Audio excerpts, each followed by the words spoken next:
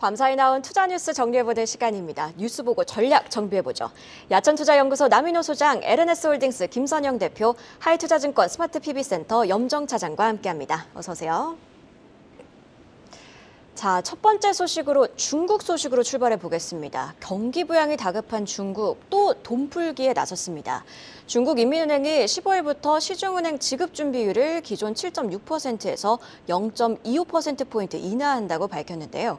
지난 3월 0.25%포인트 인하에 이어 6개월 만에 추가 지준율 인하에 나선 겁니다. 자, 여기에 유럽중앙은행은 경기 침체 압박에도 불구하고 또다시 기준금리를 0.25%포인트 인상했습니다. 자, 김선영 대표님, 중국과 유럽 물가 상황 진단 부탁드립니다. 네, 일단은 중국을 누가 저한테 물어보면은 저는 항상 이런 얘기 합니다. 중국은 지금 뭐라도 해야 된다라는 그런 얘기를 하고요. 유럽을 물어보게 되면 유럽은 항상 뭔가 좀 타이밍이 많이 꼬이는 것 같다라는 이런 얘기를 많이 합니다. 사실 유럽 인플레 잡아야 되는데 항상 아시겠지만 유럽은 가스 위주기 때문에 겨울이 되면 항상 이제 에너지에 대한 수요가 증가하면서 인플레가 좀 올라가는 현상이 발생할 텐데 하필 또 이제 좀 열심히 잡았는데 시기가 또 애매해진 것 같습니다. 뭐 하나씩 살펴보면요.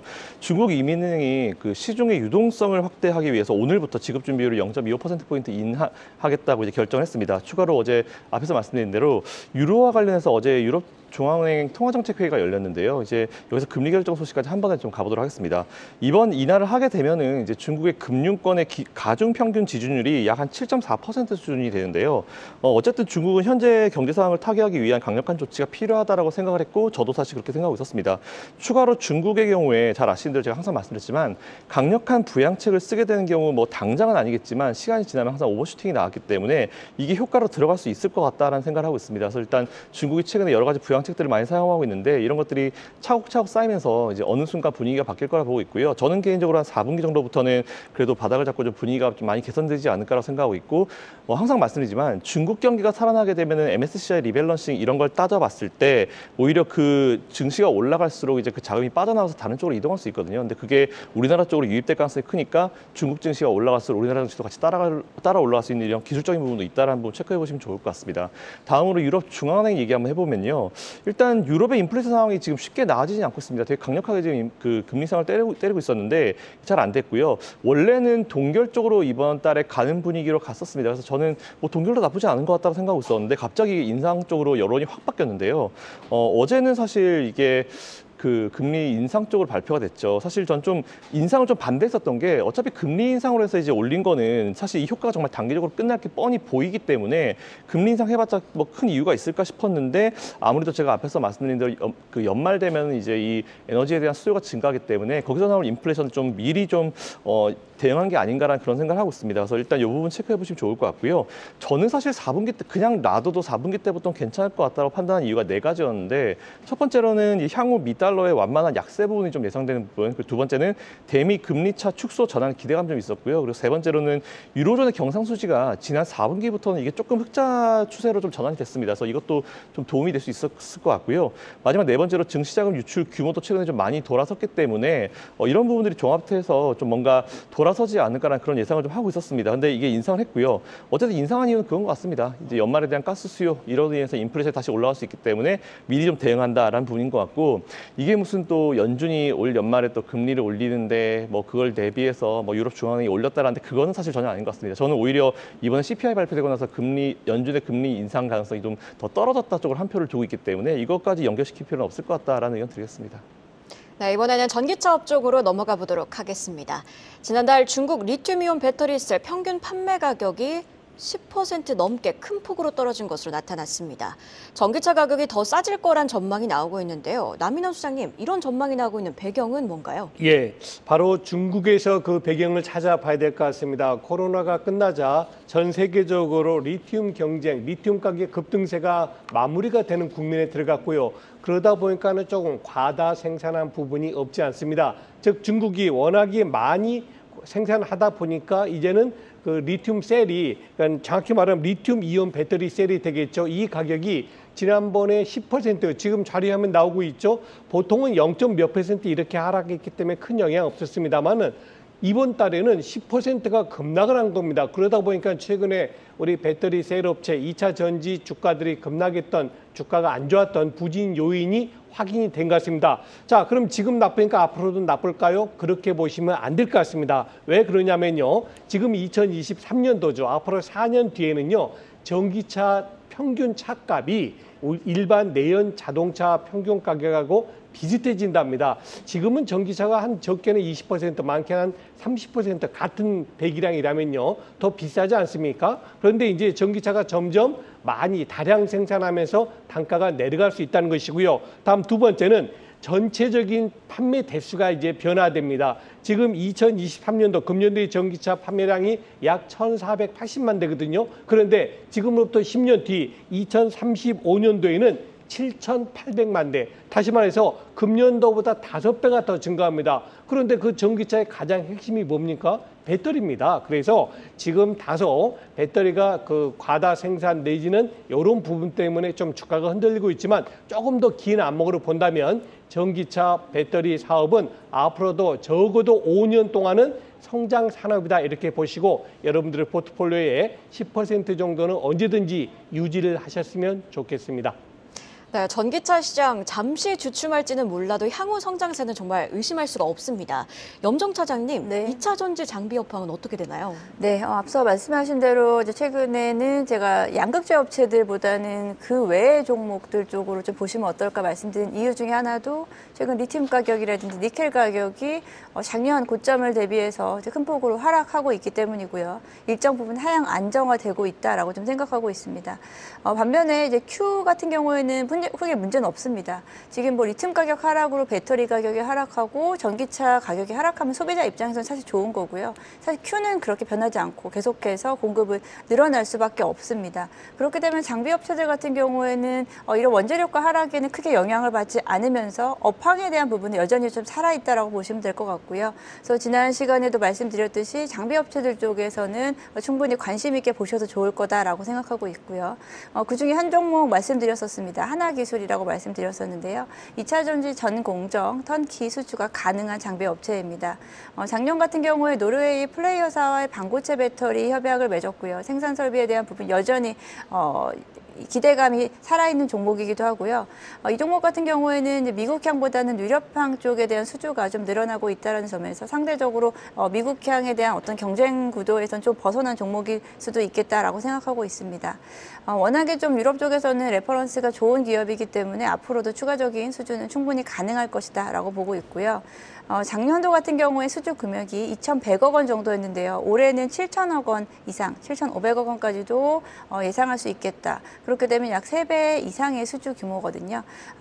이런 식으로 장비 업체들 같은 경우에는 올해 하반기 그리고 내년까지도 충분히 업황이 좋을 수 있겠다라고 말씀드리면서 어제 같은 경우에는 이제 2차 전지 전 종목 대부분의 섹터가 반등이 나왔고요. 여기서 뭐 양극재 쪽보다는 저는 소재 쪽이라든지 그리고 장비 업체 쪽에 대한 반등이 조금 더 빠르게 나올 수 있겠다라고 말씀드리면서 관심 있게 보시면 좋을 것 같습니다. 네, 이렇게 2차 전지 장비 업황까지 짚어봤는데요. 이번에는 남인호 소장님, 네. 2차 전지 광풍으로 주가가 폭등한 기업들이죠. 이전 상장을 앞두고 있는 포스코 DX와 LNF, 연내 코스피 200으로의 편입이 유력하다고 합니다. 네, 그렇습니다. 자, 여러분, 제가 조금 더 긴 큰 안목을 한번 접근해 보겠습니다. 여러분들이 대한민국 리퍼블릭 오브 코리아, 우리 대한민국의 대표 지수는 무엇이라고 보십니까? 당연히 종합주가 지수죠. 코스피죠. 2,572포인트입니다. 그런데 많이 이 질문을 우리 한국 분들이 아니고 미국 사람이나 영국 투자자한테 물어보면 그들이 뭐라 그럴까요? 2,570이 그럴까요? 안 그럽니다. 그들은 이렇게 말합니다. 341 아니냐? 이렇게 얘기합니다. 이게 무슨 뜻입니까? 바로 코스피 200입니다. 자, 미국의 다우존스가 있고 S&P 500이 있죠. 미국 다우존스는 오늘 새벽에 34,900으로 마감됐습니다. 그리고 S&P 500은 드디어 4,500포인트에 도착했습니다. 자, 여러분, 다우존스가 여러분에게 주는 영향이 큽니까? S&P 500이 주는 게 더 큽니까? 후자입니다. 자, 이제 결론입니다. 우리나라에는 종합주가지수라는 것이 있어서 거기서 많이 움직입니다만 실질적으로 우리나라에 투자하고 있는 외국인 투자가들은 그 종합주가지수 못지않게 중요하게 보는 게 바로 코스피 200입니다. 코스피, 즉 거래소 시장에서 거래되는 900여 개의 종목 중에서 우량한 기업, 업종을 대표하는 기업, 시가총액이 큰 기업을 200개만 선출해가지고 잡은 게 코스피 200이고요. 이게 바로 그 유명한 선물 거래의 기초지수가 되겠습니다. 이 안에 바로 방금 소개해 주신 포스코 DX라든가 LNF가 12월 달에 들어가느냐 못 들어가느냐 지금 이 얘기입니다. 보통 1년에 2번씩 교체를 하는데요. 11월 달에 결정이 됩니다. 그래서 이번 12월 만기가 12월 14일이기 때문에 12월 15일부터는 이제 코스피 200에 들어가냐 못 들어가는데 방금 나온 6개는 거의 들어갈 가능성이 크고요. 특례 편입이라 그래서 지금 포스코 DX하고 LNF 같은 경우는 그 조건이 아직 안 됩니다. 왜? 아직 코스피에 들어가지를 못했거든요. 이 종목군들이. 아직 한 달 보름 남았습니다만 그러나 11월까지 이 두 종목이 들어간다면 아마도 12월 15일 날에는 이 두 종목도 코스피 200에 들어갈 가능성이 크다. 그 이유는 딱 두 가지죠. 둘 다 시총 규모가 크거든요. 아시는 것처럼 포스코 같은 경우는 지금 7조 6천이고요. 또 LNF도 6조 7천이기 때문에 각각 랭킹이 44위, 55위입니다. 그래서 아마도 특별한 일이 없다면 이 두 종목이 금년 하반기 12월 15일부터는 코스피 200에 들어가는데 왜 여기 들어가는 게 좋습니까? 바로 기관 투자가 외국인 투자가들이 요즘 ETF 많이 만들지 않습니까? ETF 들어가서 편입해가지고 그 종목을 매수합니다. 만일 편입이 된다면 포스코 DX는 약 400억 정도 추가 매입이 가능하고요. LNF는 720억 정도가 추가 매수할 것이다라고 정리를 하겠습니다.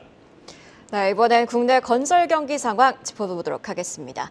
주택 경기 불확실성으로 대형 건설사들이 해외 시장 공략을 강화하고 나선 가운데 삼성물산과 현대건설이 수주액 1위 자리를 놓고 치열하다고 합니다. 김서윤 대표님 소식 전해주시죠. 네, 원래 남의 싸움 구경하는 게 제일 재밌습니다. 뭐 그렇게 보시면 이제 항상 삼성물산과 현대건설은 매년 싸우고 있는 것 같은데요. 일단 현대 우리나라의 내부에 이제 국내 주택 경기가 그렇게 좋지 않은 거 여러분들 아마 잘 알고 계실 겁니다. 이런 상황에서 우리나라 대형 건설사들이 해외 수주를 따내기 위해서 정말 많은 노력을 하고 있는데요. 오히려 이게 좀 나중에 봤을 때는 우리나라 건설 경기에 좀 좋은 영향을 주지 않을까 생각하고 있습니다. 어쨌든 지금 현재 1, 2위인 삼성물산과 현대건설이 치열한 접전을 하고 있다는 부분인데 일단 삼성물산 같은 경우는 올해 3년 연속으로 1위를 노리고 있는 상황입니다. 그래서 일단 최근에 2년간은 그래도 좀 제가 살펴보니까 넉넉하게 좀 1위를 차지했더라고요. 근데 올해 같은 경우는 사우디는 이제 사우디를 등에 업고 있죠. 이에 따라서 정말 큼지막한 이슈들이 많기 때문에 좀 이번에 도전 좀 굉장히 강하다라는 부분 좀 생각해봐야 될 것 같습니다. 우선 삼성물산 먼저 보면은 굉장히 다양한 공종에서 사업을 좀 확장하고 있었는데요.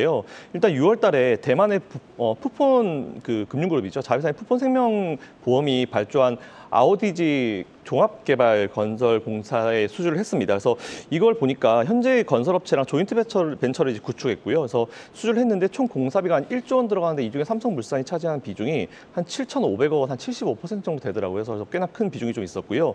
또 잘 아시는 대로 지금 삼성전자는 TSMC와 이제 빨리 미국 공장을 건설해야 되는 그런 상황이 있는데 건설비가 올라가가지고 TSMC 같은 경우는 지금 이게 공장 건설이 1년 늦어지고 좀 다 딜레이 될 것 같다는 얘기가 나오는 가운데 삼성은 이 건설을 다 삼성물산에서 해주고 있기 때문에 조용히 굉장히 잘 진행이 되고 있습니다. 미국 테일러 반도체 공장 수주 공사도 추가적으로 확보한 상황이고 이것 자체도 5조 8천억입니다. 그래서 삼성물산 투자하고 계신 분들은 이게 해외 쪽에 비중이 높은데 이 중에서 삼성전자 비중이 좀 너무 높아서 걱정하시는 분이 있으실 수 있겠는데 이게 또 반대로 생각하면은 어떻게 보면 또 전사적으로 좀 밀어주는 느낌이 좀 날 수도 있습니다. 그래서 이 부분 체크해 보시면 좋을 것 같고요. 이런 것들이 쌓이면서 올해 이미 목표치인 13조 8천억을 초과를 달성했습니다. 그래서 지금까지 쌓인 걸 다시 계산해가지고 4분기 발주를 감안해서 20조까지 지금 목표 발주량을 올려놓은 상황이기 때문에 이것도 굉장히 좀 긍정적으로 보실 수 있을 것 같고요.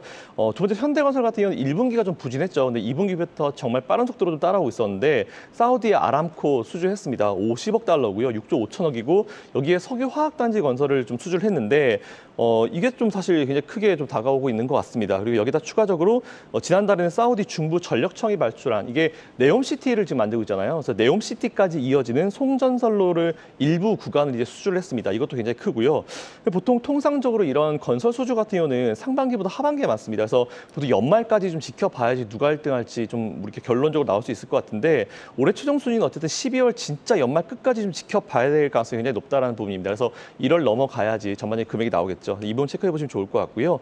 기본 베이스로 삼성물산 같은 경우는 인도네시아의 신수도나 뭐 네옴시티 같은 경우에서 추가 수주가 또 언제든지 나올 수 있습니다. 메가딜이고요. 그리고 현대건설 같은 경우는 사우디의 자프라 가스전이나 파데일리 가스전 등 중동에서 추가 확장을 계속 모색을 하고 있는 상황이기 때문에 일단 앞에 중동자 붙으면은 금액 단위가 기본 조 단위로 시작하기 때문에 정말 12월 달까지 지켜봐야지 이제 올해 1위를 아마 우리가 좀 생각할 수 있지 않을까 생각하고 있습니다.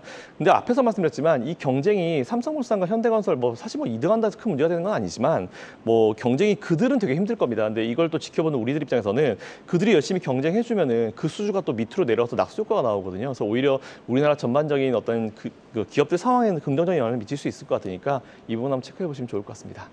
네, 이번에는 염정 차장님께 질문 드리도록 하겠습니다. 두 기업 모두 하반기에도 굵직한 해외 수주를 예고하고 있는데요.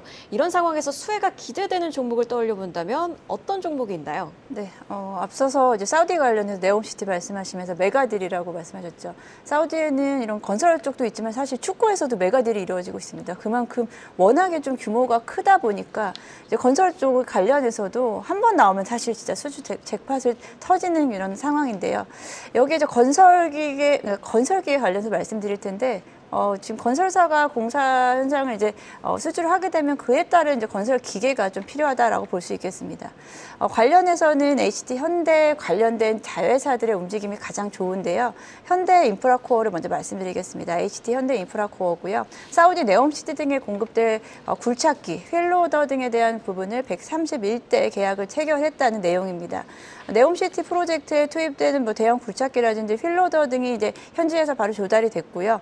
지금 이렇게 대형 건설사들 그리고 건설사들과 더불어서 이제 건설기계, 중대형 건설기계 쪽에서도 현지를 공략하기 위해서 사실 마케팅을 엄청나게 하고 있고요. 현재 지사 쪽에서도 이에 맞춰서 빠르게 좀 움직임이 영업 활동이 나타나고 있다라고 보실 수 있겠습니다. 현대건설, HT 현대 인프라코어 같은 경우에는 이제 네옴시티 관련된 이제 공정에도 들어가는 부분이 있고요. 또 브라질에서는 공공 인프라 투자에 대한 부분이 인프라 투자에 대한 수요가 증가함에 따라서 디벨런 굴착기가 51대 수주됐다. 그리고 철도건설 쪽에서도 대형 굴착기 등이 계속해서 수주가 이어지고 있는 상황입니다. 뭐 사우디, 네옴시티 관련된 부분 그리고 아랍에미리트 등 중동 지역에서의 일단은 대규모 수주가 다시 한번 건설사들과 함께 같이 추가적으로 수혜를 볼 수 있는 업종 건설기계 쪽이다라고 좀 말씀드리면서 관련된 업종에서도 다시 한번 투자 기회 찾으셨으면 좋겠습니다. 네, 수주 잭팟이 이어지고 있는 또 다른 업종이죠. 방산업계로 눈을 돌려보도록 하겠습니다. 아랍에미리트가 한국경 전투기 KF-21에 대해서 협력을 제안하는 서한을 보냈다고 합니다. 김선영 대표님, 어떤 내용이 담겨 있나요? 사실 개인적으로 이거 좀 제가 걱정 많이 했거든요. 왜냐하면 이제 이게 우리가 항상 어떤 딜을 할 때 보면은 MOU를 체결합니다. 근데 MOU 제가 항상 말씀드리지만 아무 의미 없다 말씀드렸죠. MOU 백날 체결해도 실제로 돈이 들어온지 안 들어온지가 굉장히 중요한데요.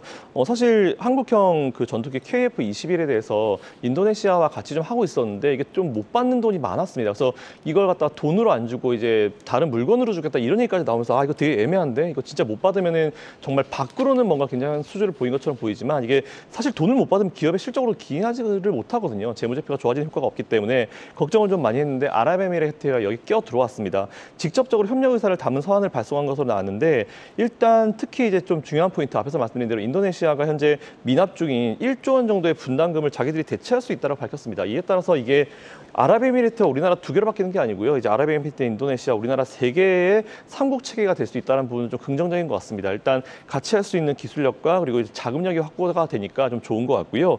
일단 인도네시아와의 사업의 성공적인 마무리 의지는 좀 확인했습니다. 뭐 윤석열 대통령도 가가지고 직접 만나서 이제 이거는 우리가 분명히 성공적으로 하고 싶다라는 얘기를 했는데 이게 의지도 중요합니다. 사실 의지를 사실 전 개인적으로 의지를 되게 중요하게 생각하는데 의지도 의지지만 실제로 이제 사업을 하면서 제일 중요한 건 돈이거든요. 그래서 이제 이 분납금을 현금이 아닌 현물로 주겠다라고 이제 얘기를 해서 이걸 받을지 장담을 사실 못하는 그런 상황이 좀 애매하게 진행이 됐었는데 다행히 이 부분을 아랍에미리트가 해결해줬기 때문에 이 부분에 대한 불확실성은 좀 사라졌다라고 좀 보시는 게 맞는 것 같습니다. 최근에 우리나라 같은 경우도 FA-50 경전투기 수출 관련 이슈도 있어서 사실 러시아 우크라이나 이슈가 사실 우리나라에게는 어떻게 보면은 좀 이런 방산 쪽에서 좀 좋은 기회를 주고 있는 것 같은데요. 이런 수주책 방식이 앞으로 좀 이어지겠지만 항상 중요한 거는 MOU는 정말 아무 필요 없습니다. MOU 이후에 실제로 이게 어느 게 진행되고 돈이 그 회사로 들어옴과 동시에 그때부터 분위기가 바뀌는 거기 때문에 MOU 터졌다고 여러분들이 좋아하시지는 않았으면 좋겠고요. 뭐 투자하실 때 참고해보시면 좋을 것 같습니다. 네, 마지막으로 어제 우리 시장에서 강세를 보였던 반도체 소부장주 이야기로 마무리해 보도록 하겠습니다. 업황 회복세가 예상보다 빠를 것으로 기대되면서 외국인과 기관, 양매수 유입이 눈에 띄었습니다. 남인호 소장님, 어떤 업체 주목해 봐야 될까요? 예. 어제 우리 시장을 보셨던 분들은 반도체, 특히 삼성전자, 하이닉스 강세보다도 더 강하게 올라간 업종 보셨죠? 파트너. 그게 뭡니까? 바로 전공정 반도체 업체가 되겠습니다. 우리가 전공정, 후공정 하면요. 여러분 웨이퍼 아시죠? 노란 거, 동그란 거. 거기에다가 회로를 깔아가지고 칩을 심는 걸 전공정 과정이라 그러고요. 그다음에 그 웨이퍼에서 칩을 떼내가지고 패키징, 단을 쌓거나 하는 그 뒤의 과정을 후공정이라 그럽니다. 그런데 특히 이 전공정에 관련된 기업들이 굉장히 어려웠습니다. 지난 2년간 삼성전자, 하이닉스가 수주를 주지 않았기 때문에 매우 힘들었는데 드디어 최근에 어떻습니까? 이제 반도체 경기 빠르면 4분기, 늦어도 내년부터 좋아진다. 이러니까는 삼성전자와 하이닉스로부터 이제 더 많은 수주 받을 거 아니겠습니까? 그걸 누가 가장 먼저 눈치챘을까요? 바로 외국인과 기관 투자가입니다. 어제 주성 엔지니어링이라든가 한솔케미칼 같은 전공정 업체들이 급등세 보였던 것도 여기에 배경이 있어 보입니다. 네, 그러면 염정 차장님께 질문 드리도록 네. 하겠습니다. 반도체 소부장주 가운데 어떤 종목 주목하고 계신가요? 네, 반도체 전공정 관련해서 말씀해 주셨고요. 여기에선 소재 부품 그리고 장비업체 쪽으로 나뉠 수가 있겠습니다. 장비업체 같은 경우에는 보통 리드타임이 한 6개월에서 12개월 정도 걸린다는 부분이고요. 소재 같은 경우에는 좀 바로 좀 투입될 수 있다는 부분에서 저는 일단 소재 쪽에 대한 종목 하나 말씀을 좀 드려보겠는데요. 소재 쪽에서는 일단은 한솔케미칼 먼저 좀 말씀을 드리겠고요. 한솔케미칼 같은 경우에는 이제 아무래도 빠르게 가동률, 삼성전자라든지 SK하이닉스가 빠르게 가동률을 높이게 된다면 가장 먼저 좀 수혜를 받을 것으로 보고 있습니다. 반도체 디스플레이 분야의 제조 과정에서 사용되는 세정 용액을 생산하고 있고요. 과산화수소, 그리고 프리커서, 그리고 여기에도 2차 전지 소재 쪽이 배터리 음극재 바인더라든지 최근에는 실리콘 음극재 관련된 사업도 좀 진행을 하고 있다. 전 부분에 관해서 이 소재 관련된 종목이다라고 보시면 될 것 같고요. 지금 이 반도체 업황이 개선됨에 따라서 이 3분기 실적은 그에 받쳐주지 못할 수 있습니다. 4분기 이후부터 실적이 좀 개선될 것이고 아직 3분기까지는 바닥권에서 생각보다 좀 저조한 실적, 좀 실망스럽겠지만 이에 대한 부분을 좀 딛고 4분기 이후의 부분까지 보신다라고 한다면 반도체 전공정 그리고 소부장 관련된 종목들은 여전히 유망하다 보시겠습니다.